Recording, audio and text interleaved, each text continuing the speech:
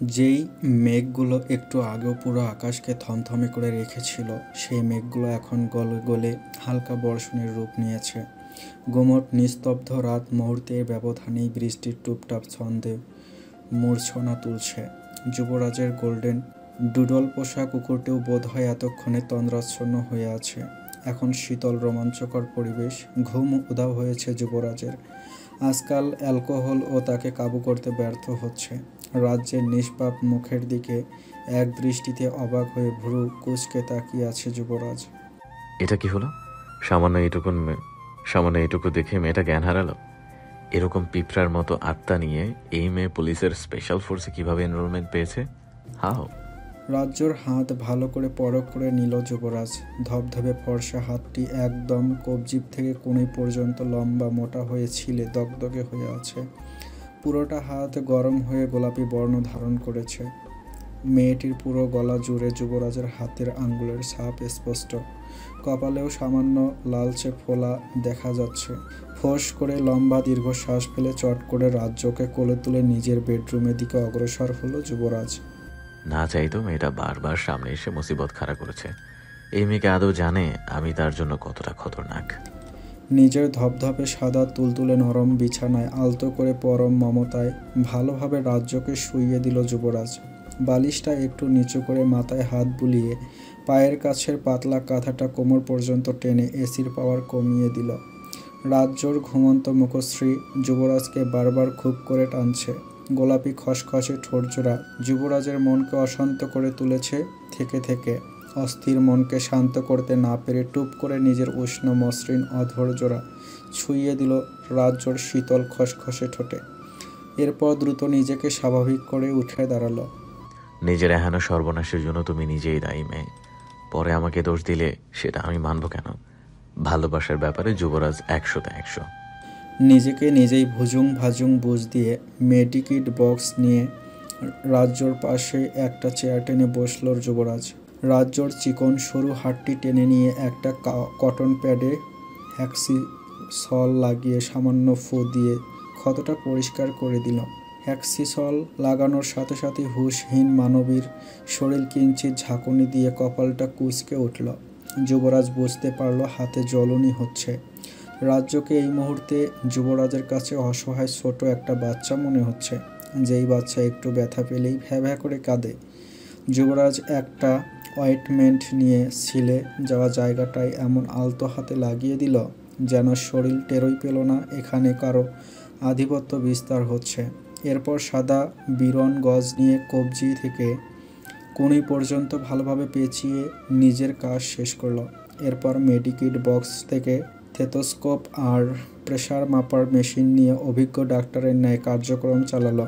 Pressure একদম লো, pulse খুব ধীর গতিতেই চলছে। মনে হচ্ছে কয়েকদিনের স্ট্রেসে শরীর দুর্বল হয়ে গিয়েছে। মেয়েটা ঠিকঠাক খায় না নাকি? আমি এই মেয়ের বস হলে প্রথম দিনে চাকরি থেকে আউট করে বউ বানিয়ে খাঁচায় বন্দি করে রাখতাম, আর সারাদিন মুখ তুলে তুলে খাবার খাওয়াতাম। এত কেয়ারলেস কোনো মেয়ে হয়? যুবরাজ নিজে নিজেই বকবক করতে করতে একটা ইলেকট্রোলাইট স্যালাইন এনে রাজ্যর হাতে লাগিয়ে দিল। এই মেয়েকে বিয়ে করে তো বাসাতেই একটা ডাক্তারখানা খুলতে হবে দেখা যাচ্ছে। কি সাংঘাতিক মুসিবত! আল্লাহ, নিজের জন্য আনা মেডিসিন তো এখন দেখছি আমার আগে আমার বউয়েরই লাগবে। ধ্যাত, খেলবই না। এদিকে এনি বেনজির আশফির বাসার নিচে 2 ঘন্টা ধরে দাঁড়িয়ে দাঁড়িয়ে রাজ্যকে ফোনের ওপর ফোন দিয়েই যাচ্ছে, কিন্তু বেচারি রাজ্য ফোন তো রিসিভ করছেই না, মেসেজ দিয়েও কোনো ফিডব্যাক জানাচ্ছে না। আমাকে মেসেজ পাঠিয়ে এই মেয়ে কোথায় গেল? গুড়ি গুড়ি বৃষ্টি পড়তে শুরু করেছে অলরেডি। এত রাতে একা একা বাড়ি ফিরবো কিভাবে? একা একা বিড়বিড় করতে করতে চতুর এনি চারপাশে তীক্ষ্ণ নজর বুলালো। এরিয়াটা একদম ফাঁকা, কেমন একটা গা ছমছমে ভাব। নিজের ফোনের স্ক্রিন অন করে সময় দেখে নিল এনি। রাত প্রায় 1:30টার কাছাকাছি। ফোন পকেটে পুরে টর্চ লাইট জ্বালিয়ে অ্যাপার্টমেন্টের ব্যাক সাইডে চলে গেল সে। অ্যাপার্টমেন্টের পিছনে বড় একটা আম গাছ রয়েছে, সেটা দিয়ে ইজিলি বেনজির আশফির ব্যালকনিতে যাওয়া যায়। ভূত যেহেতু ধরতেই এসেছি, তাহলে একদম গাছের গুড়ি থেকেই শুরু করা যাক। টর্চ জ্বালিয়ে গাছের দৃশ্যমান সকল অংশ পরখ করে নিল এনি। সন্দেহজনক কিছুই পাওয়া গেল না এখানে। দুনিয়াতে ভূত প্রেত বলতে কিছুই নেই। আমি ড্যাম শিওর এটা কোনো মানুষের কাজ, কিন্তু কাজটা করলো কোন বেটা? মাঝারি সাইজের আম গাছটাতে উঠতে বেশ বেগ পোয়াতে হলো এনিকে, কারণ বৃষ্টির ছিটায় গাছ পিছলে হয়ে গিয়েছে অনেক। 2 মিনিটের কাজ 10 মিনিট করে হাঁপিয়ে উঠল এনি। কোনো মতে 3 তলার বেলকনিতে পৌঁছে হাঁটুর ওপর ভর দিয়ে বড় বড় দম ফেলল সে। এরপর রুমে ঢুকে বেলকনির দরজা লাগিয়ে পুরো বাসা আলোকিত করল লাইটস জ্বালিয়ে। বিশাল বড় ফ্ল্যাট। বেনজির আশফি আর তার স্ত্রী একাই থাকেন এখানে। 2টো ছেলে মেয়ে আছে ওনাদের, তারা বিদেশে পড়াশোনা করেন রুমানার বোনের কাছে। বেনজির আশফির ধারণা বাংলাদেশের পড়াশোনার কোনো মূল্য নেই, সার্টিফিকেট অর্জন করে চাকরি পাবার চাইতে শিক্ষিত মানুষ হওয়া আগে জরুরি। এনি মনে মনে ভাবে, ভদ্রলোকের নীতি ঠিক আছে, এত এত লেখাপড়া করে যদি মানুষই না হওয়া গেল, তবে কিসের দাম রইল এত বড় বড় ডিগ্রির? বেনজির আশফির কক্ষ তল্লাশি চালাতে চালাতে এনি অদ্ভুত সুন্দর একটি রুমাল দেখতে পেল বেড সাইড টেবিলের ওপর। ঝটপট হাতে গ্লাভস পরে সেই রুমালটি একটা জিপার ব্যাগে ভরে নিল। মস্তিষ্ক সজাগ হতেই এনির মনে পড়ল, চিপ বারবার একটা সুগন্ধি রুমালের কথা বলেছিলেন। এই রুমালের ভেতরেই লুকিয়ে আছে আসল রহস্য।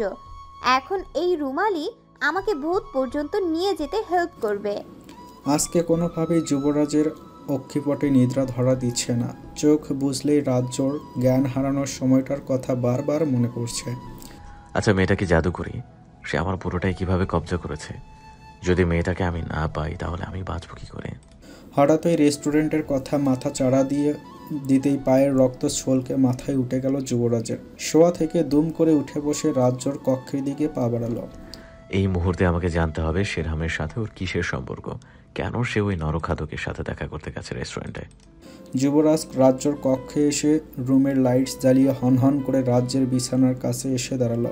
রগে তোর চোখ দুটি জ্বলন্ত অগ্নিশিখার মতো হয়ে আছে। আপনা আপনি 2 হাত মুষ্টিবদ্ধ হয়ে চোয়াল শক্ত হয়ে যাচ্ছে। এদিকে মেয়েটি পরম সুখের নিদ্রা গিয়েছে।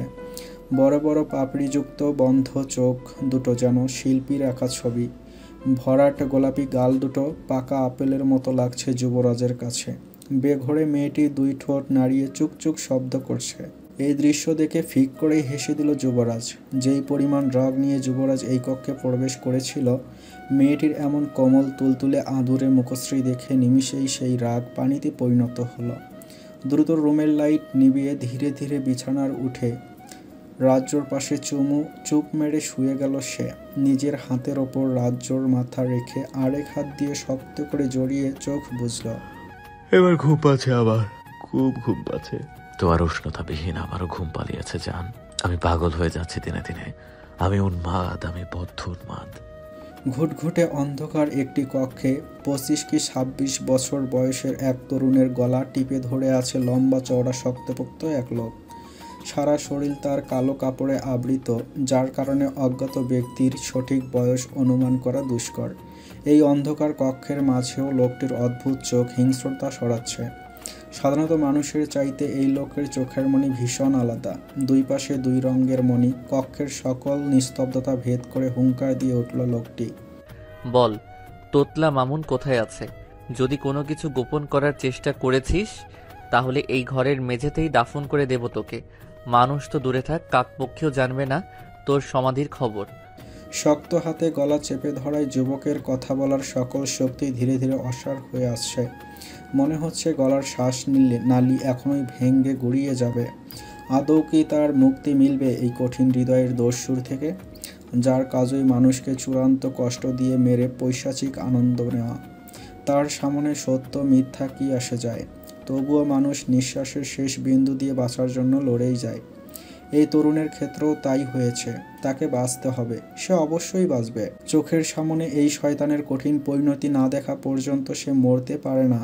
কঠিন মনোবল যুবককে নিজের সর্বোচ্চ শক্তি প্রয়োগ করে সাহস রাক্ষসতুল্য ব্যক্তি থেকে সামান্য আলগা করতে পারে নিজের গলা।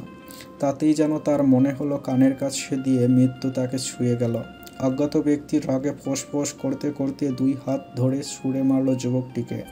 ছিটকে পড়ে অদূরে ভাঙ্গা একটা টেবিলের সাথে লেগে গেল মাথা। ফেটে গল গল করে রক্তধারা ছুটে গেল যুবকটির চিবুক বেয়ে। হাত দিয়ে মাথার ফাটা অংশ চেপে ধরে জড়িয়ে যাওয়া কণ্ঠে সর্বোচ্চ তেজ ঢেলে ছেলেটি বলে উঠল, যুবরাজ ভাই, তোতলা মামুনকে আগুনে পুড়িয়ে মেরে ফেলেছে। সারা রাতের ইলশে গুড়ি বৃষ্টিটা ভোর রাত্রের দিকে এসে তুমুল বর্ষণের রূপ নিয়েছে। ঘুটঘুটে কালো মেঘে পুরো আকাশ আচ্ছন্ন থাকায় সঠিক সময় অনুমান করা যাচ্ছে না। জানালার সাদা পর্দা ভেদ করে কিঞ্চিত আলো কক্ষে প্রবেশ করে জানান দিচ্ছে মোটামুটি ভালোই বেলা হয়েছে। বিশালাকার থাই জানালা বন্ধ থাকার কারণে বৃষ্টির ঝরঝর শব্দের বদলে শোঁ শব্দটাই কর্ণকুহরে এসে লাগছে। হঠাৎই ঘুম ভেঙে গেল রাজ্যর। পিটপিট করে পেলব দৃষ্টি মেলালো। ঘুম ভালো করে কাটেনি বলে না চাইতেও অক্ষি পল্লব আপনা আপনিই বন্ধ হয়ে গেল। জোর করে চোখ খুলে চারপাশে নজর বুলিয়ে নিজের অবস্থান বোঝার চেষ্টা করল। বেডরুম জুড়ে ভুনা খিচুড়ির গন্ধে মোমো করছে। নিজের বাড়িতেই আছে বুঝতে পেরে শান্তিতে আবার চোখ বুজে ফেলল। বিছানায় আড়মোড়া ভাঙতে হাত পা ছাড়তেই স্যালাইনের পাইপে টান লেগে ব্যথায় কুকড়িয়ে উঠল সে। আউচ! হাতের দিকে তাকিয়ে গত রাতের কথা মনে পড়তেই ভয়ে শিউরে উঠল রাজ্য। হাতে লাগানো সুই ধীরে ধীরে খুলে অন্য হাতে নজর দিল। হাতটি দেখেই বোঝা যাচ্ছে খুব যত্ন সহকারে ব্যান্ডেজ লাগানো হয়েছে। ধীরে ধীরে শোয়া থেকে উঠে বসে পুরো রুম ভালো করে চোখ বুলালো। আবছা আলোয় বিশালাকার এক কক্ষ নজরে এলো। কক্ষটি খুবই ছিমছাম, সাজানো গোছানো। নিজের ঘাড় সমান এলোমেলো চুলগুলো গুছিয়ে বেঁধে সারা বিছানা জুড়ে নিজের মোবাইলখানা খুঁজে চলল। কিন্তু আফসোস, এই ঘরের কোথাও মোবাইল নামক যন্ত্রটির অস্তিত্ব নেই। তার মানে মোবাইল রেখেই আমি চলে এসেছি। আচ্ছা, অ্যানি আবার চিফের বাসায় যায়নি তো? অফিসে গিয়ে কি জবাব দেবো অ্যানিকে? কি কেলেঙ্কারিতে ফেসে গেলাম, ছি! ধীর পায়ে বিছানা থেকে নেমে কক্ষের বিশালাকার জানালা খুলে পর্দা দুটো সরিয়ে ঘর কিছুটা আলোকিত করলো রাজ্য। জানালা খুলতেই বৃষ্টির ঠান্ডা ঝাপটা এসে তার মুখ গলা ভিজিয়ে দিল। সকাল সকাল বৃষ্টির পানি খেলে ঠান্ডা জ্বর দুটোই কাবু করবে ম্যাডাম।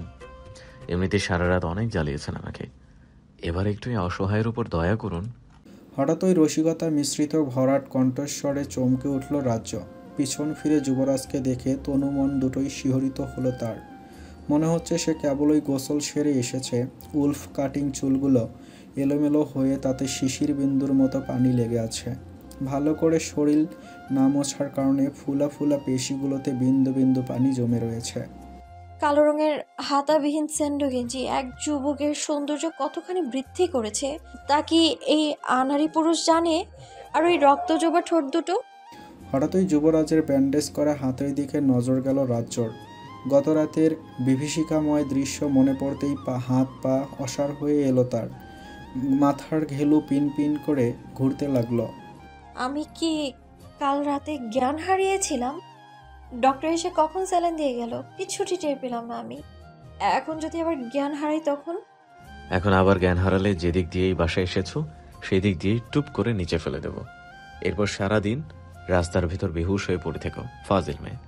কথাটি বলে যুবরাজ নিজের হাতে সাদা টাওয়ালখানা গলায় ঝুলিয়ে হন হন করে চলে গেল। যুবরাজের এমন আকস্মিক হুমকিতে বোকা বনে গেল রাজ্য। কি সাংঘাতিক লোক রে বাবা! মনে মনে একটা কথা বললাম, সেটাও শুনে নিল, আবার আমাকে ফাজিলও বলে গেল। আমি ফাজিল হলে তুই বেটা হনুমান। বলেই মুখ বাঁকালো রাজ্য।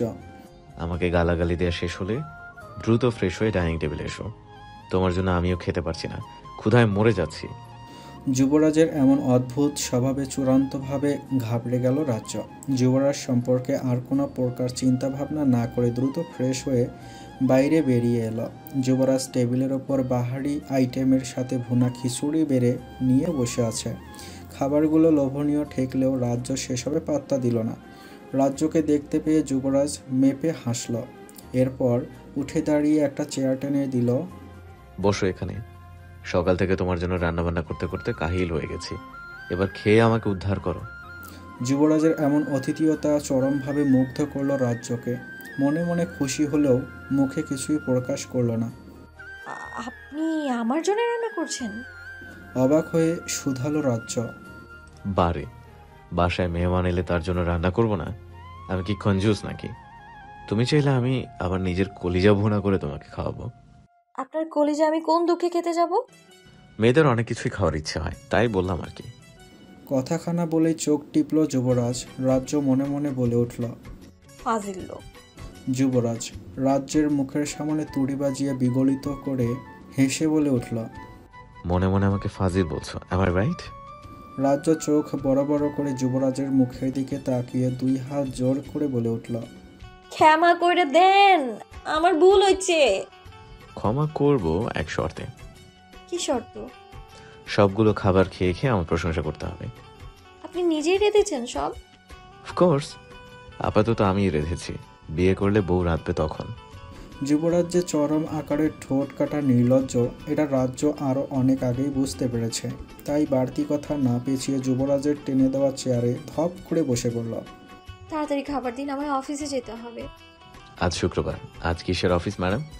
রাজ্য মাথা চুলকে মনে মনে ভাবল, নিজের অফিস বন্ধ নিজেই জানি না, ব্যাটা ঠিক মনে রেখেছেন। অফিস না থাকলেও আমায় বাড়ি ফিরতে হবে। প্লেটে খিচুড়ি বাড়তে বাড়তে যুবরাজ কঠিন কণ্ঠে বলে উঠল। তুমি দিনের বেলা 1 সেকেন্ডের জন্যও এই বাসা থেকে বেরোতে পারবে না। যুবরাজের এমন কথায় অবাকে চূড়ান্ত পর্যায়ে পৌঁছে গেল রাজ্য। কেন পারবো না? কারণ এখানে আমার খুব ভালো রেপুটেশন আছে, প্লাস আমি সিঙ্গেল, এটা সবাই জানে। আমার বাসা থেকে মেয়ে বেরোতে দেখলে সবাই খুব খারাপভাবে নেবে ব্যাপারটা। আর আমি আমার জন্য মোটেও ভাবছি না, আমি নিজেই খুব খারাপ মানুষ। আমি চাই না তোমাকে কেউ আর চোখে তাকিয়ে দেখুক। কথাটা বলে প্লেটে সুন্দর করে খাবার গুছিয়ে রাজ্যর সামনে পরিবেশন করলো যুবরাজ।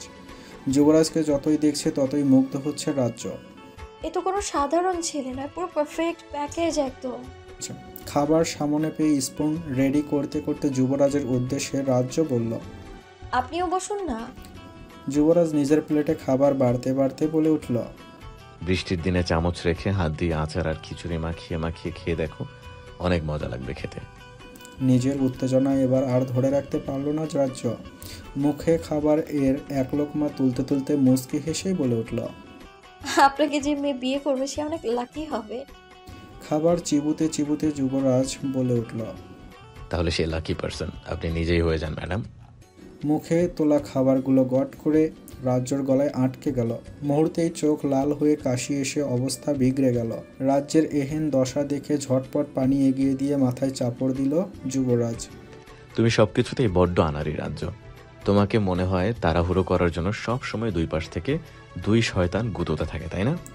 পানি খেয়ে নিজেকে স্বাভাবিক করে ফ্যাসফ্যাসে কণ্ঠে রাজ্য বলে উঠল, আমার দুপাশের 2 শয়তানের চেয়েও আপনি বেশি মারাত্মক। আপনি আপাতত আমাকে গুতানো বন্ধ করুন। আমার তো শিং নেই, তাহলে কিভাবে গুঁতা দিলাম তোমাকে? আমি কি না খেয়েই উঠে যাব? এই না, প্লিজ রাগ করো না। মুখে স্কচ ট্যাপ মেরেছি, আর কিচ্ছু বলবো না। কথাখানা বলেই মুখে হাওয়ায় টেপ মারার মতো ভং করল যুবরাজ। এটা দেখে রাজ্য ফিক করে হেসে দিল। এক মনে খেতে খেতে যুবরাজ খুব খুব করে কেসে উঠল। আপনার আবার কি হলো? এভাবে কেন কাশছেন? একটা কথা বারবার গলায় এসে খুব বিরক্তিকর পরিস্থিতির সৃষ্টি করেছে। বাবার পেটে ঢুকানোর চেষ্টা করেছি, কিন্তু পেটে থাকতেই চাইছে না। খুবই করুণ স্বরে কথাটা বলে আবার কাশতে লাগলো যুবরাজ। খাবার খেতে খেতে রাজ্য শুধালো, কোনো কথা পেটে থাকছে না? তোমার হাসিটা সুন্দর, হাসলে তোমাকে বউ বউ লাগে। যুবরাজের এহেন কথায় লজ্জায় রাজ্য মাথা নিচু করে খাওয়ায় মনোনিবেশ করল, কিন্তু খাবার যেন গলা দিয়ে নামছেই না। 2 কান দিয়ে গরম ধোঁয়া বের হচ্ছে যেন। বহু কষ্টে সবগুলো খাবার শেষ করে উঠে দাঁড়ালো রাজ্য। খাবার অনেক মজা হয়েছে। আপনার অনেক গুণ আছে যুবরাজ শাহির। আমার আরো অনেক কিছু আছে, সময় এলে দেখাবো। কথাটা বলে দুজনের প্লেট দুটো নিয়ে হনহন করে কিচেনে চলে গেল যুবরাজ। মেয়েটার সামনে থাকলেই বিপদ, কোনোটারই কন্ট্রোল থাকে না, না আমার না ছোট ভীমের। রেজওয়ান চৌধুরীর ড্রয়িং রুমে বসে আছেন শেরহান। গতকাল রাত থেকে এখন পর্যন্ত রাজ্যর ফোনে সে শখানেক ফোন দিয়েছে। না মেয়েটি ফোন তুলেছে, না ফোন ব্যাক করেছে। বিষয়টা শেরহানকে খুবই হার্ট করেছে। কি ব্যাপার, কে আপনি? ভারিক্কি গলায় কথাটা বলে চশমার ওপর দিয়ে শেরহানের দিকে তাকিয়ে রইলেন রেজওয়ান চৌধুরী। রেজওয়ান চৌধুরীকে দেখতে পেয়েই চটপট উঠে দাঁড়ালো শেরহান। বিনয়ের সাথে সালাম দিয়ে বলে উঠল, আঙ্কেল, আমি শেরহাম ফাইয়াজ, আপনার বন্ধু সোহান শেখের ছেলে আমি। শেরহামকে দেখে খুশিতে হো হো করে হেসে উঠলেন রেজওয়ান চৌধুরী। শেরহামের কাঁধে চাপড় মেরে বলে উঠল, আরে বেটা, আগে বলবে না তুমি সোবানের ছেলে? তা বাবা কি মনে করে এই সময় এলে? রেজওয়ান চৌধুরীর এমন প্রশ্নে কিছুটা থতমত খেল শেরহাম। আসলে আঙ্কেল, রাজ্য কাল থেকে ফোন তুলছে না, তাই ভাবলাম আবার কিছু হলো কি না। রেজওয়ান চৌধুরী শেরহামের দিকে এক দৃষ্টিতে কিছুক্ষণ তাকিয়ে রইলেন, এরপর তনুজার নাম ধরে হাঁক ছাড়লেন। তোমার মেয়েকে ডেকে আনো, ফোন কেন তুলছে না, আমি ওর জবাব চাইবো। মিসেস তনুজা এবার একটু ইতস্তত করে উঠলেন, দুই হাত সামনে কষলে অপরাধীর ন্যায় বলে উঠলেন, আসলে ও ঘরে নেই, ফোনটা রুমে ফেলে গেছে। ঘরে নেই মানে? ছুটির দিনে এই বৃষ্টির মধ্যে কোথায় গেছে সে? তেজি কণ্ঠে প্রশ্ন করে তনুজার দিকে উত্তরের আশায় নাক ফুলিয়ে তাকিয়ে রইলেন ভদ্রলোক। হয়তো কোনো কেস ইনভেস্টিগেশন এর জন্যই গিয়েছে। কথাটি বলে দ্রুত রান্নাঘরে চলে গেলেন তনুজা চৌধুরী। তিনি গত রাতে রাজ্যকে বাড়ি থেকে ওয়াল টপকে যেতে দেখেছেন। মেয়ের প্রতি তার অগাধ বিশ্বাস আছে, মেয়ে কোনো কেলেঙ্কারিতে নেই, এটা তিনি শতভাগ নিশ্চিত। রেজওয়ান চৌধুরী এই বিষয়টা জানলে অযথা হাল্লা না মাচাবে, তাই পুরো ঘটনায় তিনি রাত থেকেই চেপে গিয়েছেন। রেজওয়ান চৌধুরী দ্বিতীয় দফায় হাঁক ছেড়ে উঠলেন, কি গো, ছেলেটা এলো, ওকে কিছু খাবার টাবার দাও। শেরহাম হঠাৎই উঠে দাঁড়ালো। আঙ্কেল, আজ আমি আসি, পরে আবার অন্য একদিন আসবো, আমার জরুরি কিছু কাজ পড়ে গেছে। সে কি বাবা, মাত্রই তো এলে? না আঙ্কেল, আজ যাই। রেজওয়ান চৌধুরীর বাড়িতে আর এক মুহূর্ত দাঁড়ালো না শেরহাম। তার অনেক কাজ জমে আছে এই শহরে, সবগুলো একটা একটা করে খালাস করতে হবে। প্রথমে নিজের ঝুড়িতে রাজ্যকে তোলা চাই, এরপর যুবরাজের মাংসের কিমা দিয়ে বার্গার বানাবে। সারাদিনের মেঘ মেদুর আর বৃষ্টির অবসানের পর ধরণীতে কুচকুচে কালো আধার ঘনিয়ে এসেছে সবে। আজ আকাশে রূপালী চাঁদটা ওঠেনি। যুবরাজের জনমানব শূন্য ঘরটি রাজ্যর কাছে ডুম ঘরের মতোই ঠেকছে। কোনো মানুষ নেই, শুধু একটি ছোট কুকুর আর ধবধবে সাদা রঙের মোটা একটা পার্সিয়ান বিড়াল। কুকুরটি যতবার রাজ্যকে দেখছে ততবার দাঁত খেঁচিয়ে ঘেউ ঘেউ করে উঠছে। সারাদিন বহু কষ্টে একা একা এই বিশাল ফ্ল্যাটে দিন পার করেছে রাজ্য। এবার আর এক মুহূর্ত দেরি না করে সে কিন্তু একটা জিনিস রাজ্যকে খুব ভাবাচ্ছে। সকালে ডাইনিং টেবিলে যুবরাজকে তার কাছে প্রাণোচ্ছল আর মিশুক প্রকৃতির ছেলে মনে হয়েছে, কিন্তু হঠাৎই ছেলেটার রুমে গিয়ে দরজা আটকেছে, সারাদিনের জন্য একবারও বের হয়নি। এটা রাজ্যকে খুব কষ্ট দিয়েছে। সারাটা দিন সে যুবরাজের বেডরুমে শুয়ে বসে দিন কাটিয়েছে। শুয়ে বসে বললে ভুল হবে, সারা রুমে কুটকুট করে এটা সেটা পর্যবেক্ষণ করেছে। মনে মনে নিজেই নিজেকে সান্ত্বনা দিল রাজ্য। হয়তো মন টন খারাপ হয়েছে, মা বাবাকে মিস করছে হয়তো। হঠাৎই নিজের বাড়ির কথা মনে পড়তে ঝট করে বিছানা থেকে উঠে দাঁড়ালো রাজ্য। সে গত রাত থেকে উধাও। এতক্ষণে নিশ্চয়ই বাবা মা আমার রুমে 1000বার আমায় খুঁজেছে। আর অ্যানি যদি বাড়ি গিয়ে আমায় খুঁজে, তখন তো বাবা আগুনে কেরোসিন ঢালার মতো করে চলে উঠবে। নিজের বাবার রাগে রাগে মুখটা মনে পড়তেই নিজের পোশাক টেনে টেনে ঠিক করে চুলগুলো ভালো করে বেঁধে যুবরাজের কক্ষের দিকে ধীর পায়ে হেঁটে চলল রাজ্য। দরজা ভেতর থেকে বন্ধ করা। রাজ্য দরজার সামনে দাঁড়িয়ে কিছুক্ষণ দরজায় মৃদু নক করল। কিয়ৎক্ষণ বাদে ভেতর থেকে উত্তর এলো, ভেতরে এসো। দরজার নব ঘুরিয়ে রাজ্য যুবরাজের কক্ষে প্রবেশ করতেই সিগারেটের উটকো গন্ধে নিঃশ্বাস বন্ধ হয়ে এলো। কোনো মতে নিজের নাক চেপে ধরে গন্ধ রোধ করলো রাজ্য। এভাবে আলো নিভিয়ে বসে বসে সিগারেট কেন ফুঁকছেন? আমার ঘর, আমার ইচ্ছা। গমগমে কথাটি বলে যুবরাজ আবার নিকোটিনের ধোঁয়া উড়াতে ব্যস্ত হলো। কক্ষটি এতটাই অন্ধকার যে যুবরাজের সিগারেটের আগুনের লাল রঙা স্ফুটলিঙ্গ ছাড়া আর কিচ্ছুটি দেখা যাচ্ছে না। দ্রুত বিড়ি ফুঁকে অ্যাস্ট্রেতে অর্ধ খাওয়া সিগারেট ঠেসে ধরে উঠে দাঁড়ালো যুবরাজ। এরপর পুরো রুম আলোকিত করে রাজ্যর উদ্দেশ্যে প্রশ্ন বাণ ছুড়ল, এখানে এসেছো কেন? যুবরাজের এমন প্রশ্নে রাজ্য কিছুটা লজ্জিত হলো। কিছুক্ষণ ইতস্তত করে বলে উঠল, আসলে আমি চলে যাব এখন, তাই মনে হলো আপনাকে বলে যাওয়াটা উচিত। কিন্তু মনে হচ্ছে আপনি বিরক্ত হয়েছেন। অসময় বিরক্ত করার জন্য দুঃখিত আমি। কথাটি বলে রাজ্য পিছন ফিরে প্রস্থান করার জন্য পা বাড়ালো। পেছন থেকে যুবরাজ বজ্র কণ্ঠে ডেকে উঠল, রাজ্য, তুমি কি জন্য গত রাতে আমার বাসায় এসেছিলে? যুবরাজের এমন ভয়ানক কণ্ঠে থরথর করে কেঁপে উঠল রাজ্য। চোখের কোণে সামান্য অভিমানের জল ও জমল ঘটে। এই যুবরাজ আর সকালের যুবরাজ দুজন যেন আলাদা ব্যক্তি। এই যুবরাজকে খুব খুব অপরিচিত ভয়ঙ্কর ঠেকছে রাজ্যর কাছে। কি হলো, প্রশ্ন শুনতে পাওনি? দ্বিতীয়বার হুঙ্কার ছাড়ল যুবরাজ। রাজ্য নিজের চোখের কোণে জমে থাকা জল আঙ্গুল দিয়ে মুছে শুকিয়ে যাওয়া রুক্ষ কণ্ঠ ফাঁকা ঢোক গিলে ভেজানোর চেষ্টা করল। আমি ইচ্ছে করে এখানে আসিনি। বেঞ্জিরাফের বাড়ি ভেবে আমি ঢুকে পড়েছি। আম সরি। বহু কষ্টে কথাটি বলে রাজ্য আর এক মুহূর্ত সেখানে দাঁড়ালো না। যুবরাজের সামন থেকে দৌড়ে এসে মেইন গেটের দরজা খুলতে উদ্যত হলো। হঠাৎই পেছন থেকে যুবরাজ বলে উঠল, এখান দিয়ে যেতে পারবে না তুমি। কথাটা বলেই রাজ্যর ব্যান্ডেজ করা হাত চেপে ধরে টেনে হিঁচড়ে একটি কক্ষে নিয়ে দাঁড় করালো রাজ্যকে। যুবরাজের হিংস্রতা দেখে মুখের ভাষা যেন হারিয়ে ফেলেছে রাজ্য।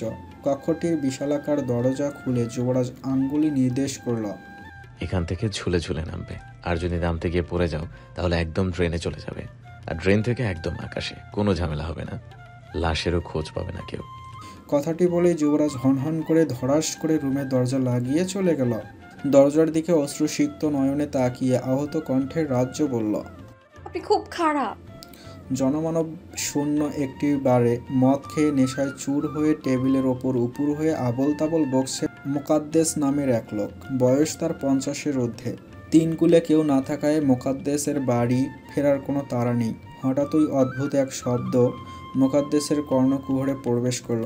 নেশায় মশগুল মোকাদ্দেস সেটা আমলে না নিয়ে চোখ বুজে ওভাবেই পড়ে রইল। শব্দটির মাত্রা ধীরে ধীরে বাড়তেই লাগলো। এবার বেশ বিরক্ত হলো মোকাদ্দেস। কোনো মতে মাথা তুলে শব্দের উৎসের দিকে নজর দিল সে। মোকাদ্দেস এতটাই নেশা করেছে যে 1 হাত দূরত্বের জিনিস সে পরিষ্কার দেখতে পাচ্ছে না। তবুও 2 হাতে চোখ কষলে বোঝার চেষ্টা করল, কে শব্দ করেছে? সামনে দাঁড়ানো মৃত দুধ তুল্য মানুষটিকে দেখে মোকাদ্দেসের সকল নেশা সেকেন্ডের ব্যবধানে কেটে গেল।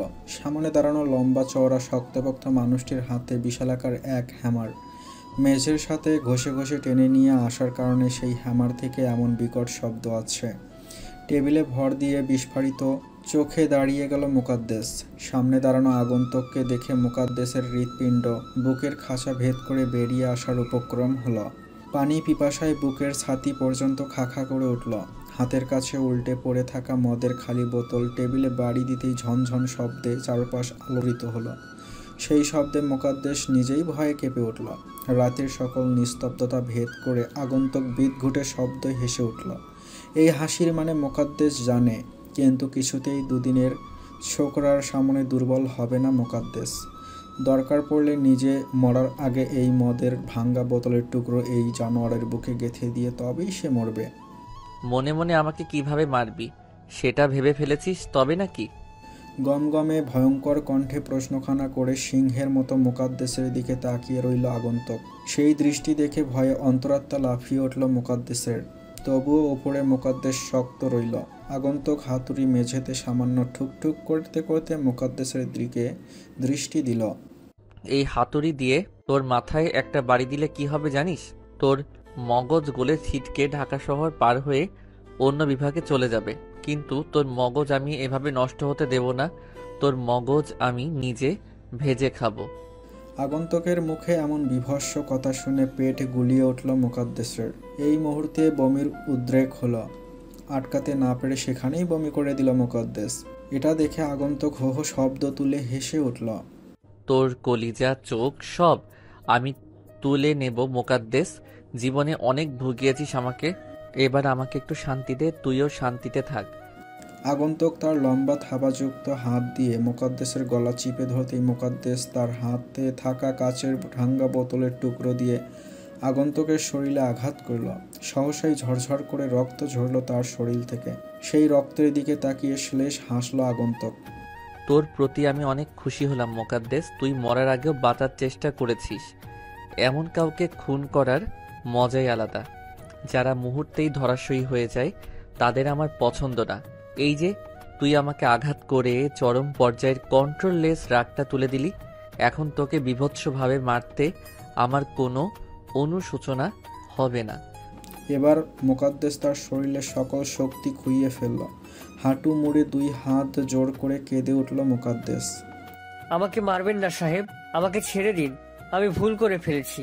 আমি সারা জীবন আপনার গোলাম হয়ে থাকব। শেষবারের মতন আমাকে ক্ষমা করুন। মোকাদ্দেসের কান্নায় আকাশ বাতাস ভারী হলো, কিন্তু সেই কান্না হাওয়ায় মিলিয়ে আবার পরিবেশ নিস্তব্ধ হলো। তোকে না মারলে আমি ঘুমাতে পারবো না রে মোকাদ্দেস। খুনের নেশা বড্ড খারাপ। এক একজনের এক এক রকম নেশা থাকে, জানিস তো নাকি? আমার নেশা হচ্ছে খুনের নেশা। তুই মরে যা মোকাদ্দেস, না হলে আমি নিজেই মরে যাব। আগন্তুক তার হাতের ভারী হ্যামার দিয়ে মোকাদ্দেসের চিবুক বরাবর আঘাত করতে গগনবিদারী এক চিৎকার দিয়ে উঠল মোকাদ্দেস। কিন্তু কিটকিটিয়ে হেসে উঠল আগন্তুক। তার সারা শরীর মোকাদ্দেসের রক্তে রঞ্জিত। এটাই তো সে চেয়েছিল। রক্তের স্বাদের চাইতে বড় স্বাদ আর কি আছে এই নশ্বর ধরণীতে। মোকাদ্দেস এই পৃথিবীর মায়া ত্যাগ করেছে আঘাত করার সাথে সাথেই। অত ভারী বস্তুর আঘাত মধ্যবয়স্ক একজন মানুষ কিভাবে সহ্য করবে? মোকাদ্দেসের চেহারা পুরোটাই থেতলে গিয়েছে। চেহারা দেখে কিছুতেই বোঝা যাচ্ছে না এই লোকের সঠিক পরিচয় কি। এমন বিভৎস চেহারা যে কেউ দেখলে ভয়ে জ্ঞান হারাবে। কিন্তু আগন্তুক খুব মনোযোগ দিয়ে দেখছে এই চেহারা, আর তৃপ্তির হাসি হেসে যাচ্ছে সমানে। এক হাতে হ্যামার, অন্য হাতে মোকাদ্দেসের পা টেনে টেনে আগন্তুক তার গাড়ির দিকে অগ্রসর হলো। এবার লাশটার সকল অর্গানগুলো খুলে নিলেই কাজ শেষ। চারদিকে মিষ্টি মধুর ফজরের আজান হচ্ছে। একটু পরেই রাতের কালিমা দূর হয়ে ভোরের আলো ফুটবে। সারা রাত দুই চোখের পাতা এক করেনি রাজ্য। যুবরাজের এমন রুক্ষ বিহেভ কোনোভাবেই মন থেকে ঝেড়ে ফেলতে পারছে না সে। কিছু তো একটা আছে, তবে এই কিছুটা কি সেটা আমি জানতেই হবে আমায়। ঝটপট বিছানা ছেড়ে উঠে ফ্রেশ হয়ে অজু করে নামাজে দাঁড়িয়ে গেল রাজ্য। নামাজ শেষ করে ল্যাপটপে গুরুত্বপূর্ণ কিছু কাজ সারতে সারতে 7টার ওপরে বেজে গেল। ঘড়িতে সময় দেখে দ্রুত ওয়াশরুমে চলে গেল রাজ্য। গোসল সেরে নিজের ইউনিফর্ম পরে ড্রয়িং রুমে আসতে রেজওয়ান চৌধুরী কর্কশ কণ্ঠে বলে উঠল, আজকাল কাজের খুব চাপ মনে হচ্ছে। রাত দিন মিলিয়ে বাসায় থাকার ফুসরত থাকছে না। রাজ্য জানে তার বাবার এমন আচরণের মানে কি। রাতে ফিরে শেরহামের মেসেজ দেখেই সে সব বুঝে গিয়েছে। ছেলেটা একটু বেশি বাড়াবাড়ি করেছে বলে মনে হচ্ছে রাজ্যর কাছে। রেজওয়ান চৌধুরীর কথাকে পাত্তা না দিয়ে একটা চেয়ার টেনে খাবার টেবিলে বসে পড়ল রাজ্য। মা দ্রুত খাবার দাও তো, অফিসে লেট হয়ে যাচ্ছে। এদিকে আমি যে একটা প্রশ্ন করছি সেটার উত্তর দেওয়ার প্রয়োজন মনে করছো না নাকি? চড়া মেজাজ দেখিয়ে কথাটি বলে রক্তচক্ষু নিয়ে রাজ্যর পানে তাকিয়ে রইলেন রেজওয়ান চৌধুরী।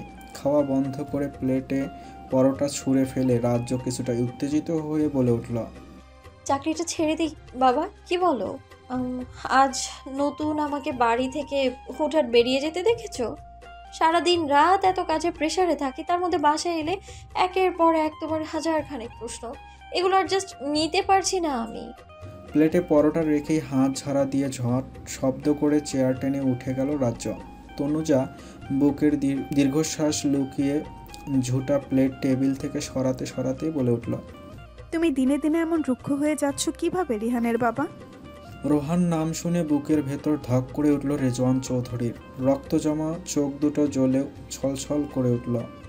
কুঁচকে যাওয়া বৃদ্ধ চোখের সামনে ভেসে উঠল 28 বছর বয়সী ধবধবে ফর্সা লম্বা চওড়া সুদর্শন হাসি মাখানো ছেলের চেহারাখানা। ছেলেকে সমস্ত স্বাধীনতা দিয়ে উচ্চ শিক্ষার জন্য বিদেশে পাঠিয়েছিলেন তিনি। রেজওয়ান চৌধুরী চেয়েছিলেন ছেলে পুলিশের বড় অফিসার হবে, কিন্তু রেহানের এক জেদ সে ডক্টর হবে। ছেলের জেদ মেনে নিয়ে ছেলেকে বাইরে পাঠিয়ে দিলেন। বিদেশে ভালো মেডিকেল কলেজে চান্স পেয়ে রেহান বড় ডাক্তার ঠিকই হলো, কিন্তু দেশে আর ফিরে এলো না। লাস্টার হদিশ পর্যন্ত পাওয়া গেল না আজ পর্যন্ত। কোথায় থেকে কখন কি হয়ে গেল বৃদ্ধ বাবা মা কিছুই আন্দাজ করতে পারলেন না। রেজওয়ান চৌধুরী আজও ভেবে পান না তার সহজ সরল হাসি খুশি ছেলেটাকে পৃথিবী থেকে সরিয়ে দেবার কী কারণ। ঝকঝকে সাদা টাইলসে মোড়ানো বিশাল ওয়াশরুমের বেসিনের বেদিতে দুই হাতে ভর দিয়ে কিঞ্চিৎ ঝুঁকে দাঁড়িয়ে আছে যুবরাজ। বুকের বাম পাশের ওপরের দিকে গভীর এক ক্ষত থেকে চুইয়ে চুইয়ে ঘন টকটকে লাল তরল পদার্থ গড়িয়ে ভিজিয়ে দিচ্ছে যুবরাজের সারা শরীর। এতে যুবরাজের কোনো ভ্রুক্ষেপ নেই। আয়নার দিকে এক দৃষ্টিতে তাকিয়ে সে তার নিজেকে খুঁটিয়ে খুঁটিয়ে দেখছে। তার জ্বলন্ত চোখ জোড়া কোনো হায়েনার থেকে কম নয়। নিজেকে নিজের কাছেই পশুতুল্য লাগছে। এমনটাই কি হবার কথা ছিল? যেই হাত মানুষের জীবন রক্ষা করত, আজ সেই হাতেই মানুষের মৃত্যু হয়। আর ভাবতে পারছে না যুবরাজ। রাগে তার চোয়াল শক্ত হয়ে শরীরের পেশিগুলো ফুলে ফেপে উঠেছে। গলার আর কপালের শিরাগুলো ছিঁড়ে যাবার উপক্রম। রাগে নিজের কন্ট্রোল হারিয়ে থরথর করে কাঁপছে যুবরাজ। নিঃশ্বাসের ফোঁস-ফোঁস শব্দ ব্যাক ম্যাম্বা বিষাক্ত সাপকেও হার মানাবে। মুহূর্তেই যুবরাজ সজোরে এক ঘুষি বসিয়ে দিল চকচকে সুন্দর দামি বেসিনের আয়নায়। ওই ঠুনকো জড়বস্তু কি আর পাথররূপী মানুষের শক্তি সামলাতে পারবে? নিমিষেই চূর্ণ বিচূর্ণ হয়ে ঝনঝন শব্দ তুলে মেঝেতে পড়ে গেল শখের বহুদামি আয়না। পড়ে যাবার আগে অবশ্য সেই আয়না যুবরাজের থাবার ন্যায় হাতকে রক্তাক্ত করতে ভুলল না। বাইরে ল্যাপটপে নিজের প্রয়োজনীয় কাজ সারছিল রায়াফ। হঠাৎ ওয়াশরুমের ভেতরের এমন শব্দে ঘাবড়ে গিয়ে কোলের ল্যাপটপ সোফায় ফেলে দৌড়ে ওয়াশরুমের দরজার সামনে গিয়ে দাঁড়ালো। ভেতর থেকে আর কোনো আওয়াজ আসছে না এখন। রায়াফ একটা দীর্ঘশ্বাস ছেড়ে ধীর কণ্ঠে দরজায় সামান্য নক করে বলে উঠল, কাম ডাউন ইউডভি। ভেতর থেকে কোনো উত্তর এলো না। রায়াফ তার কথা শেষ করে ধীর পায়ে ড্রয়িং রুমে চলে এলো। ল্যাপটপের কাজে আর তার মন বসল না। ডিভানে গা এলিয়ে মাথার পেছনে 2 হাত রেখে চোখ বন্ধ করতেই দৃষ্টিপটে ভেসে উঠল বছর 2 আগের হাস্যোজ্জ্বল স্মৃতি। যুবরাজ তখন নিউ ইয়র্ক মাউন্ট সিনাই হসপিটালের বেস্ট কার্ডিওলজিস্ট। নিউ ইয়র্ক শহরের নামি দামি মানুষের একমাত্র আস্থা ছিল ডক্টর ইউভরাজ। যে কোনো হার্ট রিলেটেড সার্জারি যুবরাজের কাছে ছিল ডাল ভাত। যেখানে প্রবীণ ডক্টররাও জটিল হার্ট অপারেশন করতে দ্বিধাদ্বন্দ্বে ভুগত, সেখানে যুবরাজ কোনো চিন্তা ভাবনা না করেই সার্জারি সাইন করে ফেলত। যুবরাজের জীবনে হার বা ভয় নামক কিছুই ছিল না, না ছিল কোনো পিছুটান।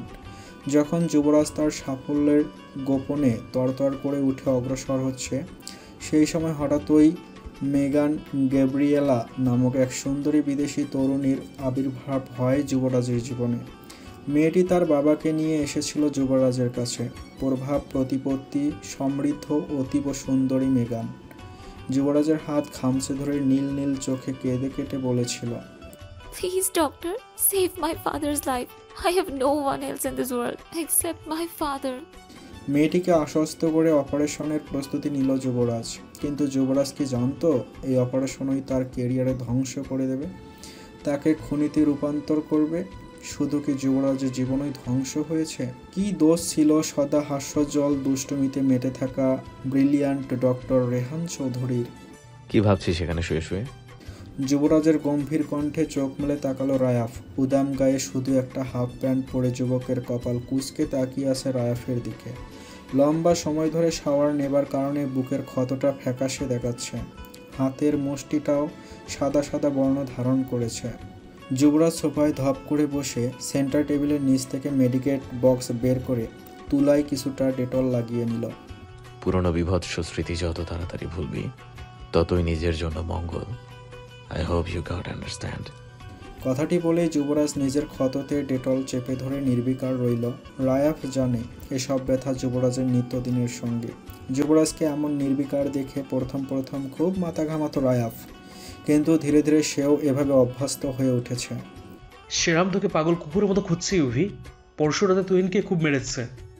ধীর কণ্ঠে কথাটি বলে পুনরায় ল্যাপটপ ওপেন করলো রায়াফ। ভনিতা না করে যেটা বলতে চাস সেটাই বল। নাটক করা একদম পছন্দ করি না আমি। কাট গলায় কথাখানা বলে বুকে ব্যান্ডেজ লাগাতে উদ্যত হলো যুবরাজ। রায়াফ তার ল্যাপটপের কিবোর্ডে খটখট করতে করতেই বলল, আর কতদিনে ভাই পাল্টা হামলা হবে? তুই কি এবারও ওকে ভয় পাচ্ছিস? আমি থাকতে তোর ভয় কিসের? ভয় আমার জন্য পাচ্ছি না। এবার সে আটঘাট বেঁধে এসছে। আসুক, জমের দুয়ার থেকে যেহেতু ফিরে এসেছিস তাহলে এবার আর মরবি না, ফর শিওর। যুবরাজের এমন হেয়ালিপনা কথায় ঠোঁট কামড়ে কপাল কুঁচকালো রায়াফ। যেই হাতে একসময় শোভা পেত স্ক্যালেপস, সিজরস, ফোরসেপস, সেই হাতে ল্যাপটপ জিনিসটা যেন বড়ই বেমানান। শহরের পরিত্যক্ত এক ভাগাড় থেকে আজ দুপুর আনুমানিক 2:15 দিকে মেট্রোপলিটন পুলিশ অজ্ঞাত এক ব্যক্তির লাশ পেয়েছে। লাশটির শরীর দেখে আসল নাম ঠিকানা কিছুই শনাক্ত করা যাচ্ছে না। অজ্ঞাত ব্যক্তিকে দেখে মনে হচ্ছে কোনো জন্তু জানোয়ার খুবলে খেয়েছে। না আছে চোখ, না আছে শরীরের কোনো অর্গান। এরকম বিভৎস লাশ কেউ কোনোদিন দেখেনি। পুলিশের ধারণা কোনো সাধারণ মানুষের পক্ষে এমন কাউকে হত্যা করা সম্ভব নয়। যদি কেউ করে থাকে তবে সে সাইকো কিলার। টিভির পর্দায় খবরটি দেখে বিরক্তিতে চসূচক শব্দ করে রিমোট দিয়ে টিভি বন্ধ করে রিমোটটি দূরে ছুঁড়ে মেরে কপাল চেপে ধরে চোখ বন্ধ করে ফেলল রাজ্য। প্রতিদিন কেউ না কেউ খুবই বিভৎসভাবে মারা যাচ্ছে। এজন্য পুরো ডিপার্টমেন্ট অনেক চাপে আছে। দম ফেলার ফুসরটুকু হচ্ছে না, এর মধ্যে আবার নতুন খুন। কিলার এতটাই চালাক, কোনো ফিঙ্গারপ্রিন্ট পর্যন্ত রাখছে না। গত 1 বছরে এ পর্যন্ত 37 জন মানুষের খুন হয়েছে। এটারও কোনো প্রুফ রাখেনি কিলার। নানান ব্যস্ত চিন্তার মাঝে হঠাৎ কলিং বেলের শব্দে ধ্যান ভাঙল রাজ্যর। বার দুয়েক কলিং বেল বাজার পর আশেপাশে মিসেস তনুজাকে না দেখতে পেয়ে নিজেই দরজা খুলতে চলে গেল। কি আপনি এই অসময়ে? দরজা খুলতেই শেরহামকে দেখে বেশ অবাক হলো রাজ্য। বাড়ি পর্যন্ত এসে দেখা করার মতো কোনো সম্পর্ক এখনো তৈরি হয়নি তাদের মধ্যে। তাহলে এই লোক দুইবার বাড়িতে এসে কি হাত জাহির করতে চাচ্ছে? আমাকে দেখে অখুশি হলেন মনে হচ্ছে। প্রশ্নটি করে স্মিত হেসে রাজ্যর পানে গভীর দৃষ্টি ফেলল শেরহাম। না অখুশি কেন হব? আসুন ভেতরে আসুন। শেরহামকে ভেতরে আসতে বলে আগে আগে চলে গেল রাজ্য। এই মুহূর্তে শেরহামকে নিয়ে তার ভাবার সময় নেই। এই কেস সলভ করতে গিয়ে নিজের জীবনের মোড় কোন দিকে যাবে সেটাই ভেবে কুলকিনারা পাচ্ছে না রাজ্য। ড্রয়িং রুমে ছেলে মানুষের কণ্ঠস্বর শুনে সিঁড়ি বেয়ে ধীর পদে নেমে এলেন রেজওয়ান চৌধুরী। গত রাত থেকে তার শরীর কাঁপিয়ে জ্বর এসেছে। ইদানিং হুটহাট শরীর খারাপের কোনো কারণ খুঁজে পাচ্ছেন না তিনি। রেজওয়ান চৌধুরীকে দেখে সিঁড়ির কাছে এগিয়ে এলো শেরহাম। সম্মান প্রদর্শন শেষে কিছুক্ষণ মৌন থেকে পরিষ্কার কণ্ঠে বলে উঠল, আঙ্কেল, রাজ্যকে বিয়ের ব্যাপারে বাবা আপনার সাথে কথা বলতে চেয়েছে। আমাদের পক্ষ থেকে কোনো প্রবলেম নেই। আকস্মিক বিয়ের কথা শুনে কিছুটা চিন্তিত হলেন রেজওয়ান চৌধুরী। সেই সাথে অবাক নয়নে শেরহামের পানে তাকিয়ে রইল রাজ্য। শেরহাম উত্তরের আশায় রেজওয়ান চৌধুরীর পানেই দৃষ্টি নিবদ্ধ রাখল। কিছুক্ষণ থমকে শেরওয়ানের পানে তাকিয়ে নিচু কণ্ঠে রেজওয়ান চৌধুরী বলে উঠল, তোমার বাবার সাথে আমি কথা বলবো, তার আগে আমার মেয়ের সাথে আমার কিছু কথা আছে। এই মুহূর্তে আমার পক্ষে বিয়ে করা সম্ভব নয় বাবা, আসছি আমি। কথাটি বলেই রাজ্য গটগট করে সিঁড়ি বেয়ে দোতলায় নিজের রুমে চলে গেল। রাজ্যর মুখে নিজের রিজেক্ট হবার ব্যাপারটা শেরহামের ইগোতে খুব বড় একটা ধাক্কা দিল। অদ্ভুত কিলবিলিয়ে ওঠার রাগে চোয়াল শক্ত হয়ে কপালের শিরা ফুটে উঠল শেরহামের। হাত মুষ্টিবদ্ধ করতেই পেশি ফুলে পোশাকের অভ্যন্তরের ভয়ঙ্কর ক্ষতের ব্যান্ডেজ ফেটে গলগল করে বেরিয়ে এলো তরতাজা রক্ত। ফরেন্সিক ডিপার্টমেন্ট জুড়ে সকলের মধ্যে বিশাল অস্থিরতা পরিলক্ষিত। পোস্টমর্টেম করেও মোকাদ্দেসের খুনিকে তা শনাক্ত করা যায়নি। এদিকে মোকাদ্দেসের চোখ দুটো তুলে নেওয়া হয়েছে, সাথে কিডনি হৃৎপিণ্ডগুলোও উধাও। শুধু তাই নয়, খুব সুনিপুণভাবে দাঁতের কপাট উপড়ে ফেলা হয়েছে, টেনে তোলা হয়েছে কাঁচা কাঁচা আঙ্গুলির নখগুলিও। জিভটাও টেনে ধরে মুড়িয়ে কেটে দেওয়া হয়েছে। এরকম রক্ত হিম করা খুন না কেউ দেখেছে না কেউ শুনেছে। হাতে একটা পেপার ওয়েট নিয়ে বেনজির আশফি সেটিকে ঘোরাচ্ছে আর একমনে চিন্তা করেই যাচ্ছেন, এরকম একজন মধ্যবয়সী লোকের সাথে কার এমন জঘন্য শত্রুতা, যে শত্রুতায় এমন নিষ্ঠুর মৃত্যু। যুবরাজের বিশাল বড় অ্যাপার্টমেন্টে থমথমে বেডরুমে সামিনার কোলে মাথা রেখে ফুলরে বসে আছে যুবরাজ। না সামিনা তার মাথায় ভালোবাসার হাত বোলাচ্ছেন, না কোনো মমতার বাণী শোনাচ্ছেন। কিয়ৎক্ষণ এভাবে কেটে যাবার পর সামিনা লম্বা একটা দীর্ঘশ্বাস ফেলে সকল নিস্তব্ধতা ভেঙে শক্ত কণ্ঠে শুধালেন, আজ পর্যন্ত তোর কোনো কিছুতেই আমি বাধা প্রদান করিনি। না তোকে কখনো কোনো বিষয়ে প্রশ্ন করেছি, না কোনো জবাব চেয়েছি।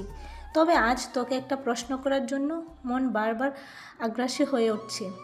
কি এমন প্রশ্ন মা, যেটা করতে তোমাকে এতবার ভাবতে হচ্ছে?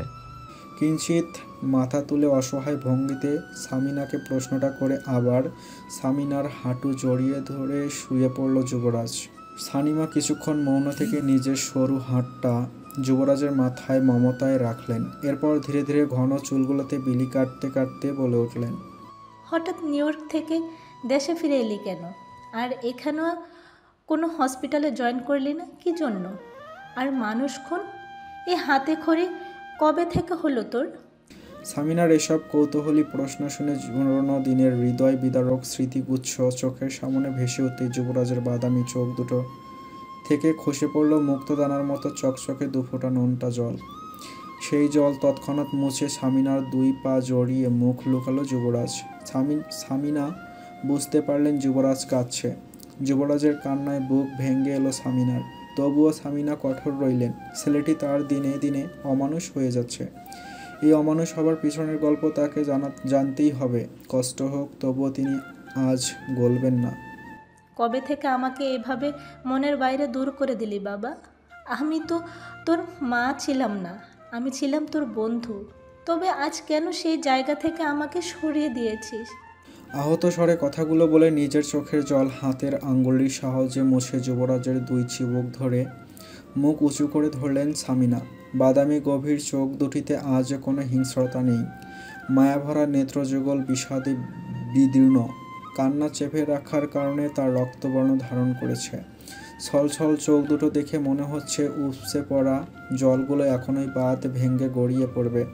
ছেলের এহেন বিধ্বস্ত অবস্থা দেখে কলিজা মুচড়ে উঠল সামিনার। তবে কি আমি যোগ্য মা হতে পারিনি? ছেলের মনের খবরে রাখতে পারিনি আমি? এতটা অযোগ্য ব্যর্থ মা কবে হয়েছি? অপরাধীর ন্যায় যুবরাজের দিকে দৃষ্টি পাতলেন সামিনা। ছেলের মায়াবী মুখের দিকে তাকিয়ে অনুসন্ধানের চেষ্টা চালালেন। আমার জীবনের সবকিছু ধ্বংস হয়ে গেছে মাম্মা। আমি কলঙ্কিত হয়ে গেছি। আমার দুই হাত মানুষের রক্তে রঞ্জিত হয়ে থাকে সব সময়। আমার যে পৃথিবীতে বেঁচে থাকার সকল অবলম্বন ধীরে ধীরে নিঃশেষ হয়ে যাচ্ছে মাম্মা। কথাগুলো বলতে বলতে যুবরাজের গলা ধরে এলো। আরও অনেক কিছুই বলতে চাইল সে, কিন্তু কণ্ঠ রোধ হয়ে ব্যথায় বিষিয়ে উঠল। ঠোঁট চেপে নিজের কান্না গিলে ফেলার বৃথা চেষ্টা চালালো যুবরাজ। যেই কান্নাটা দীর্ঘ সময় ধরে দমিয়ে রাখার চেয়ে কঠিন চেষ্টা চালাচ্ছিল, সেটা আর আটকে রাখতে পারল না যুবরাজ। সামিনাকে জাপটে ধরে অবুঝ ছোট শিশুর ন্যায় ফুপিয়ে শব্দ করে কেঁদে উঠল। শেরহাম আমার জীবনের সবচেয়ে বিশ্রী কালো অধ্যায় মাম্মা। ও আমার সবকিছু শেষ করে দিয়েছে। শেরহামের নাম শুনে কেঁপে উঠলেন সানিমা। তবে কি সেই জয়ী হলো? তার উদ্দেশ্যই ছিল কেবল আমার যুবরাজকে শেষ করে দেয়া। যুবরাজের কান্নার সাথে পাল্লা দিয়ে ভারী হলো প্রকৃতি। কিছুক্ষণ আগের গুমট শান্ত পরিবেশ মুহূর্তেই ঘন রসার রূপ নিল। নীরবে টুপটুপ করে অশ্রু বিসর্জন দিলেন সামিনা। যুবরাজের পিঠে মাথায় সমান তালে হাত বুলিয়ে যাচ্ছেন সামিনা। আজ এই যুবরাজকে তার মোটেও 29 বছরের কোনো যুবক বলে মনে হচ্ছে না। মনে হচ্ছে 5 বছর বয়সের সেই ছোট্ট যুবরাজ, যে তার মাকে হারিয়ে অসহায় হয়ে ঠোঁট ফুলিয়ে ফুলিয়ে কান্না করেছে। মাম্মাকে সব খুলে বলো বাবা। মাম্মা প্রমিস করছে সব মুশকিল আসান করে দেব। এবার যেন একটু ভরসা পেল যুবরাজ। সামিনার কোলে মাথা রেখে চোখ বন্ধ করে পুরনো স্মৃতিচরণে ঘিরে গেল। শেরহাম ছিল যুবরাজের বড় মামার ছেলে। গুনে গুনে 2 বছরে ছোট বড় শেরহাম আর যুবরাজ। শেরহামে জন্ম, বেড়ে ওঠা 2 নিউ ইয়র্কের ব্রুকলিন শহরে। যুবরাজের মা মারা যাবার পর সাদাব শাহির প্রথমেই নবীনতার বড় ভাইকে অনেক অনুনয় করেছিলেন যাতে শেরহামের সাথে যুবরাজের দেখভালের দায়িত্ব যুবরাজের মামি মানে শেরহামের মা শারমিলা নেন। কিন্তু শারমিলা এক বাক্যে নিষেধ করে বলে দিয়েছেন, নিজের ছেলের সাথে আরেকজনের ছেলের আদরের ভাগ আমি করতে যাব কোন দুঃখে? অন্য আরেকজনের ছেলেকে কুলে পিঠে করে মানুষ করবার অত শখ নেই আমার বাপু। সেদিন যুবরাজের মামা সুবাহান শেখ ছিলেন অসহায়। একমাত্র আদরের ছোট ভাগ্নের জন্য সেদিন তিনি কিছুই করতে পারেননি। খুব ছোট মুখেই তিনি সাদাব শাহিরকে নিজের অপারগতা জানিয়েছিলেন। এরপর সাদাব শাহির বোন সামিনার দ্বারস্থ হয়েছিল ভিখারির ন্যায়। যুবরাজ যখন সামিনার কাছে লস অ্যাঞ্জেলেসে বড় হতে লাগলো, তখনই প্রায়ই সুবাহান শেখ যুবরাজের খোঁজখবর নিতে আসতেন এখানে। যুবরাজের বয়স তখন 6, শেরহাম তখন 8 বছর বয়সের বালক। হঠাৎ একদিন সুবাহান শেখের সাথে সামিনার বাসায় বেড়াতে আসে শেরহাম। শেরহামকে দেখেই সামিনার কেমন যেন অদ্ভুত এক অনুভূতি ঠেকে। একজন 8 বছরের বাচ্চার প্রতি নিজের এমন অদ্ভুত মনোভাবের কারণে নিজেকে নিজেই ধিক্কার দিয়েছিলেন সামিনা। সামিনার বাসাটি ছিল শহর থেকে একটু দূরে। চারপাশে বড় বড় পাইপ আর বার্স গাছে বেষ্টিত ছিল সামিনার বাংলোতুল্য বাড়িটির অদূরে একটা ছোট ঝিরির মতো ছিল। শীতকালে সেই ঝিরির পানিগুলো জমে উপরে একটা শক্ত বরফের স্তর পড়ে যেত। আশেপাশের এলাকায় সকল মানুষ শখের বসে সেই বরফের স্তরগুলোকে কেটে কেটে ছোট কূপের ন্যায় বানিয়ে বড়শি ফেলে মাছ ধরত। খেলার ছলে শেরহাম যুবরাজকে কখন ওই কূপের কাছে নিয়ে গায় সামিনা টেরই পায়নি। কাজকর্ম শেষ হতেই যুবরাজের চিন্তায় এসে হানা দেয় সামিনার মস্তিষ্কে। সুবহান শেখকে আদনান সাহিলের সাথে বসিয়ে কাউকে কিছু না বুঝতে দিয়ে নিজে নিজেই সারা বাড়ি, গার্ডেন, সুইমিং পুল সব জায়গায় খুঁজে বেড়ান। কিন্তু দীর্ঘ সময় ধরে খুঁজেও সামিনা যুবরাজের দেখা পাচ্ছিল না তখন সামিনা কান্নাকাটি শুরু করে দেন। সামিনার কান্নায় দৌড়ে আসে সুবহান শেখ আর আদনান। দুজনেই উদ্বিগ্ন হয়ে প্রশ্ন করে, কি ব্যাপার সামিনা, এভাবে কাঁদছো কেন? কি হয়েছে? আমার যুবরাজকে কোথাও খুঁজে পাচ্ছি না। আমাকে না বলে ও তো কোথাও এভাবে যায় না। সুবহান শেখ নিজের ছেলেকে না দেখে নিশ্চিত রূপে বলে ওঠেন, হয়তো শেহরামের সাথে খেলছে। ভয় পেও না সামিনা, কিছু হবে না যুবরাজের। এরই মাঝে দেখা যায় শেরহাম দৌড়ে জঙ্গলের ভেতর থেকে বেরিয়ে আসছে। সামিনা উদ্ভ্রান্তের ন্যায় দৌড়ে শেরহামের সামনে গিয়ে দাঁড়ায়। কি ব্যাপার শেহরাম, তুমি এখানে? তাহলে যুবরাজ কোথায়? সামিনার এমন প্রশ্নে চতুর শেরহাম ভোরকে না গিয়ে অবুঝ বাদশার মতো তাকিয়ে রয় সামিনার পানে। আমি কি করে জানবো যুবরাজ কোথায়? যুবরাজ তো আমার সাথে যায়নি। আমি একাই চারপাশটা ঘুরে দেখছিলাম, কিন্তু আমার মনে হচ্ছে এখানে ভূত আছে। আমার মোটেও ভালো লাগছে না তোমার ভূতের বাড়িটাতে। আমি এক্ষুনি বাড়ি চলে যাব। সামিনা পাশ কাটিয়ে সুবহান শেখের কাছে এসে বাড়ি ফিরে যাবার জন্য জেদ শুরু করে শেরহাম। নিজের বোনের শেষ ছিন্ন রাজপুত্রের ন্যায় ভাগ্নের চিন্তায় গলা শুকিয়ে আসে সুবহান শেখের। কিন্তু নিজের ছেলের জেদের কাছে হার মেনে সামিনাকে ওই অবস্থায় ফেলে ব্রুকলিন এ ফিরে আসেন সুবহান শেখ। যাবার আগে শেরহামের সেই কুরুর হাসি আজও ভোলেনি সামিনা। ওইটুকুন একটা বাচ্চার মুখে এমন ভয়ঙ্কর হাসি কখনো দেখেননি সামিনা। শেরহামের সেই বিদঘুটে হাসি মনে পড়লে আজও ভয়ে শিউরে ওঠেন তিনি। শেরহামের সেই হাসিকে উপেক্ষা করে আদনান, সাহিল আর সামিনা হন্যে হয়ে খুঁজতে থাকে যুবরাজকে। সারা জঙ্গল তন্ন তন্ন করে খুঁজেও যখন যুবরাজের দেখা না পায় সামিনা, তখন সে জ্ঞান হারিয়ে ফেলে। এদিকে যুবরাজের চিন্তা, অন্যদিকে সামিনার হাল ছেড়ে দেওয়া সব কিছুই আদনান সাহিলকে চরম অসহায় অবস্থায় এনে দাঁড় করায়। অসহায় আদনান কিভাবে কি সামাল দেবেন কিছুই যেন সুরাহা করতে পারছিল না। ধীরে ধীরে চারপাশে যখন আধার ঘনিয়ে আসছিল, তখনই জঙ্গলের ভেতর ঝিঝির পাশ থেকে মানুষের চিৎকার চেঁচামেচির শব্দ ভেসে আসে। জ্ঞানহীন সামিনাকে একটা গাছের সাথে হেলান দিয়ে রেখে দৌড়ে সেই শব্দ অনুসরণ করে ছুটে চলেন আদনান সাহিল। ঝিঝির পাশে আসতেই দুই পা ভেঙে অসাড় হয়ে মাটিতে লুটিয়ে পড়েন আদনান। কয়েকজন জেলে যুবরাজকে বাঁচানোর প্রাণপণ চেষ্টা করে যাচ্ছে। ঠান্ডায় যুবরাজের ধবধবে ফর্সা শরীর নীলচে বর্ণ ধারণ করেছে। লাল টকটকে ঠোঁট দুটো কুচকুচে কালো হয়ে নিথর হয়ে পড়ে রয়েছে যুবরাজ। চোখের লম্বা ঘন পাপড়িগুলোতে বরফ জমে সাদা হয়ে আছে। নিজের সমস্ত শক্তি খাটিয়ে মাটি খামচে ধরে উঠে দাঁড়ান আদনান সাহিল। এরপর সেখানে জেলেদের সাহায্য নিয়ে দ্রুত গাড়িতে করে নিকটস্থ হাসপাতালে নিয়ে যান যুবরাজকে। সামিনা আর আদনান আশাই ছেড়ে দিয়েছিলেন যুবরাজের বেঁচে ফেরার। হোগো, আল্লাহ মনে হয় সারা জীবন আমাকে সন্তানহীন করে রাখবেন, এই জন্য হয়তো দিয়েও আবার নিয়ে যাচ্ছে। আমি কি এতটাই পাপী হয়ে গেলাম? ওরে আল্লাহ, তুমি এতটা নিষ্ঠুর কেন হলে আমার প্রতি?